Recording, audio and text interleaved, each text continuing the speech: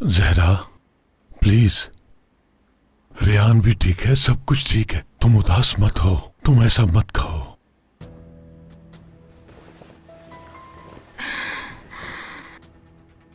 आज तो ठीक है, लेकिन कल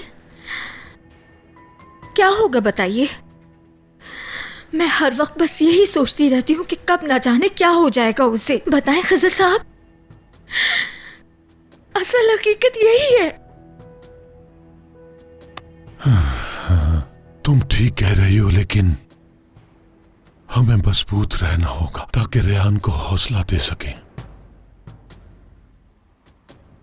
क्योंकि रेहान बहुत मुश्किलात से गुजर रही है और उसे हमारे सहारे की जरूरत है।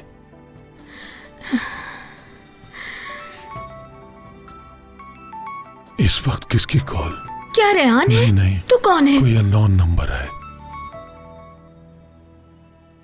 हेलो जी, बात कर रहा हूं, आप कौन? जी बोलिए, सुन रहा हूं। हाँ ठीक है, अच्छा, मैं देखता हूं। हाँ ठीक है, मैं बिल्कुल समझ गया आपकी बात, ठीक है। हाँ ठीक है, बहुत शुक्रिया आपका। कौन था? क्या हुआ? रेहान तो ठीक है ना, बताइए। हाँ खिजर साहब बताएं क्या हुआ है। जहरा, तुम्हारी अम्मी की तबीयत ठीक नहीं है, उनकी पड़ोसियों की कॉल आई थी। अम्मी की? हाँ।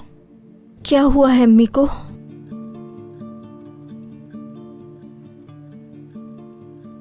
तुम्हारी अम्मी को हार्ट अटैक हुआ है और ये भी कहा है कि उनकी हालत बहुत खराब है।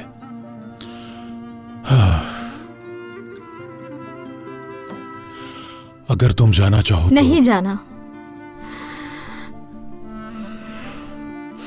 मुझे नहीं जाना, नहीं जाना चाहती, नहीं जा सकती अपनी बेटी को ऐसे छोड़कर। जहरा, इतनी जल्दी फैसला मत करो तुम, कहीं ऐसा ना हो तुम्हें अपने फैसले पर पछताना पड़े। एक बार फिर सोच लो। देखो तुम। मुझे नहीं जाना खिजर साहब। बात को समझो जहरा, जो कुछ भी हुआ आखिर वो तुम्हारी अम्मी है, तुम्हें जाना चाहिए। ऐसा मत करो तुम उनके साथ।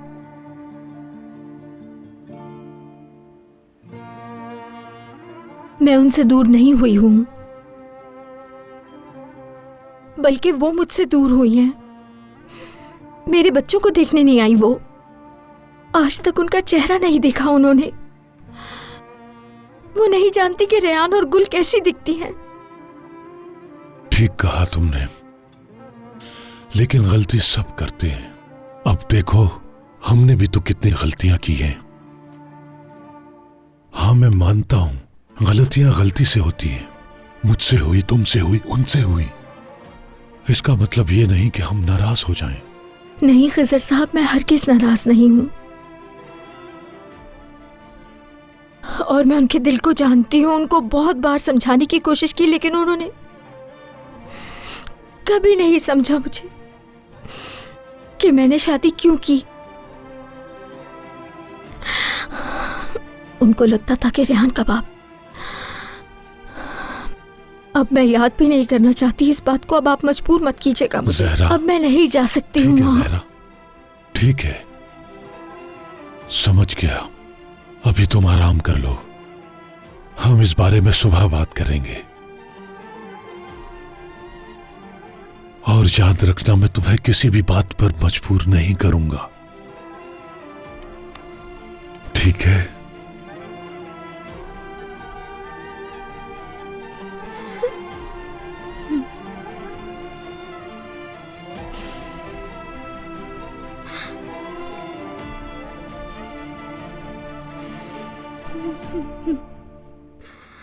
Hmm.